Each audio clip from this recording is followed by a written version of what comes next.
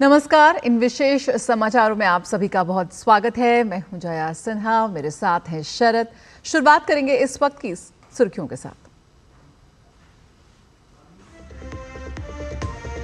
संसद के मॉनसून सत्र का आज दूसरा दिन। गोवा विधानसभा में एसटी वर्ग को आरक्षण देने से जुड़े विधेयक पर लोकसभा में होगी चर्चा।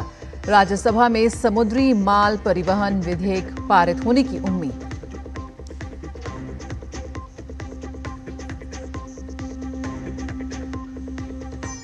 उपराष्ट्रपति पद से जगदीप धनखड़ का इस्तीफा। राष्ट्रपति को लिखी चिट्ठी में स्वास्थ्य कारणों को बताई वजह। अगस्त 2027 तक था कार्यकाल।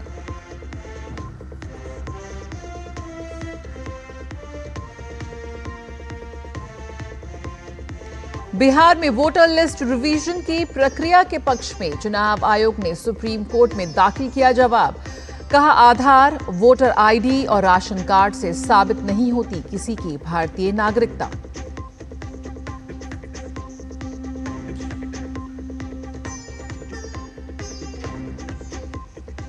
बांग्लादेश वायुसेना के F-7 ट्रेनर विमान हादसे में पायलट समेत 20 लोगों की मौत, 170 से अधिक घायल।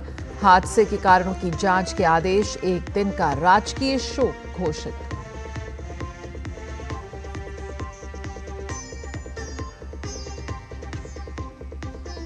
महिला शतरंज वर्ल्ड कप के सेमीफाइनल में पहुंची भारत की master Divya Deshmukh. Quarter final में अपने ही देश की डी हरिका को टाई ब्रेक में 2-0 से दी मात।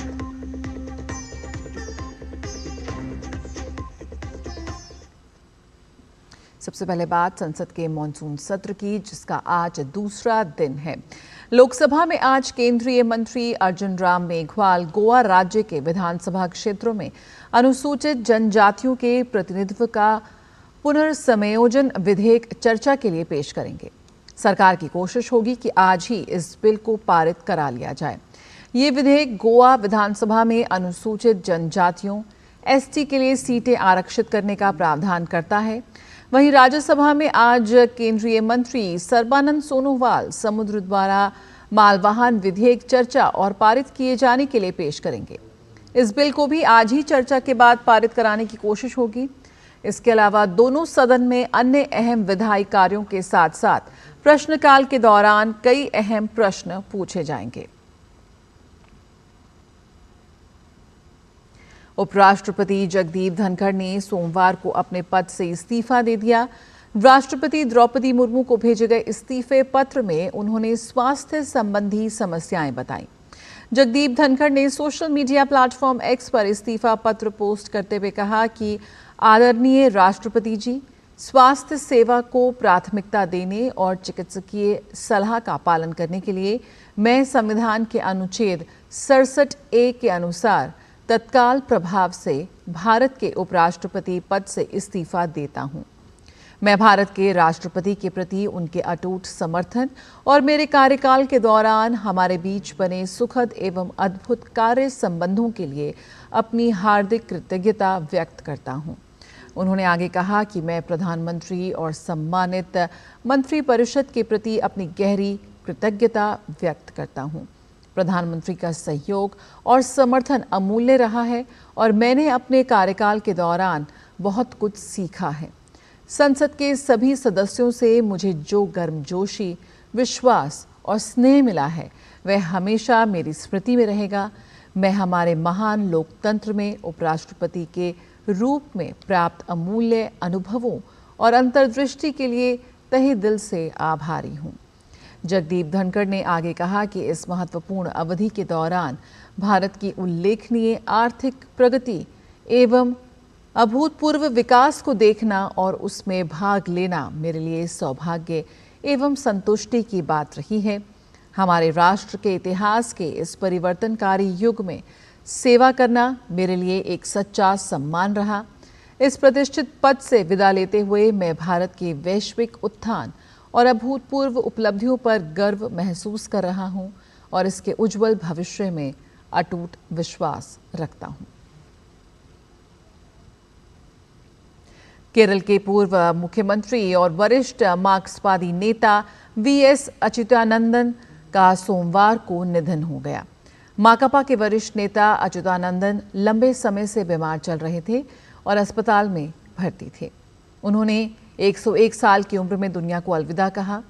मित्रों और विरोधियों में वीएस के नाम से प्रसिद्ध अच्युतानंदन भारतीय कम्युनिस्ट पार्टी के संस्थापक नेताओं में से अंतिम जीवित सदस्य थे, जिसका गठन 1964 में सीपीआई से अलग होने के बाद हुआ था। आज सुबह उनका पार्थिव शरीर को सचिवालय दरबार हॉल में जनता के दर्शन के लिए रखा जाएगा। दोपहर बाद उनके पार्थिव शरीर को उनके गृहनगर अलपुजा ले जाया जाएगा। बुधवार को उनका अंतिम संस्कार वालिया चुडुकड़ शमशान घाट पर किया जाएगा। और बिहार सर मामले में चुनाव आयोग ने सुप्रीम कोर्ट में अपना जवाब दाखिल कर दिया है। इसके खिलाफ अदालत में कई याचिकाओं पर सुनवाई चल रही है। 28 जुलाई को इसकी अगली तारीख है। इससे पहले चुनाव आयोग ने सर के दौरान वोटर लिस्ट में नाम शामिल करने के लिए लोगों से भारतीय नागरिकता साबित करने के सबूत मांगने के फैसले का बचाव किया और पक्ष में कई दलीलें दी। आयोग का कहना है कि आर्टिकल 326 और जन प्रतिनिधित्व कानून के तहत आयोग की जिम्मेदारी बनती है कि वो सुनिश्चित करे कि सिर्फ भारतीय नागरिक के नाम ही मतदाता सूची में शामिल हों।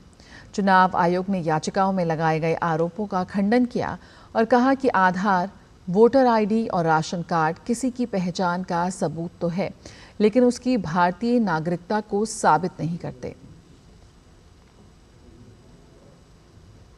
ढाका के उत्तरा स्थित माइलस्टोन कॉलेज परिसर में बांग्लादेश वायुसेना का एक F-7 प्रशिक्षण विमान दुर्घटनाग्रस्त हो गया। हादसे में पायलट सहित कम से कम 20 लोगों की मृत्यु हो गई, जबकि 170 से अधिक घायल हुए हैं। विमान दोपहर करीब 1:30 बजे कॉलेज की इमारत से टकराया। बांग्लादेश आर्मी और फायर सर्विस की टीमें तत्काल बचाव अभियान में जुट गई। घायलों को ढाका स्थित national institute of burn and plastic surgery में भर्ती कराया गया है।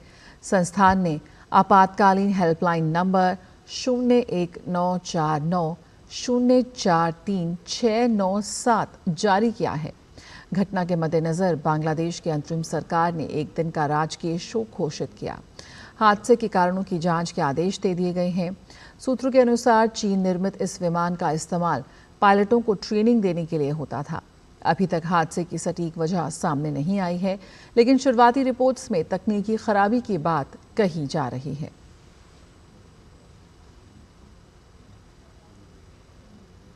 भारतीय अंतरिक्ष अनुसंधान संगठन एक बार फिर स्पेस में नया कीर्तिमान रचने जा रहा है। नासा के साथ मिलकर इसरो मानव इतिहास का सबसे ताकतवर सैटेलाइट प्रक्षेपित करने की तैयारी में है। इस मिशन को निसार का नाम दिया गया है। 30 जुलाई की शाम 5:40 पर सतीश धवन अंतरिक्ष केंद्र श्रीहरिकोटा से लॉन्च किया जाएगा। इसे इसरो के GSLV F-16 द्वारा प्रक्षेपित किया जाएगा। अमेरिकी अंतरिक्ष एजेंसी नासा ने एक प्रेस कॉन्फ्रेंस के जरिए NASA ISRO synthetic aperture radar Nisar mission पर जानकारी साझा की। दक्षिणी कैलिफोर्निया स्थित नासा की जेट प्रोपल्शन प्रयोगशाला ने अपने एक्स, फेसबुक और यूट्यूब चैनलों पर इस ब्रीफिंग का सीधा प्रसारण भी किया। भारत की उभरती शतरंज इंटरनेशनल मास्टर दिव्या देशमुख ने महिला शतरंज विश्व कप के सेमीफाइनल में जगह बना ली है।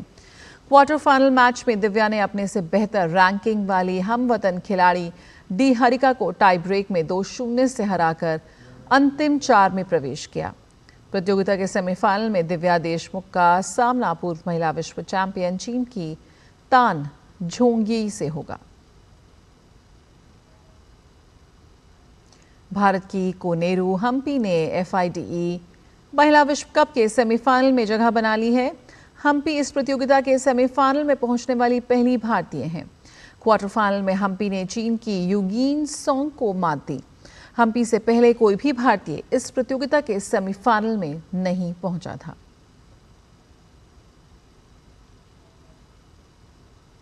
और इसी के साथ इन विशेष समाचारों में फिलहाल इतना ही। मुझे और शरद को दीजिए इजाजत। नमस्कार।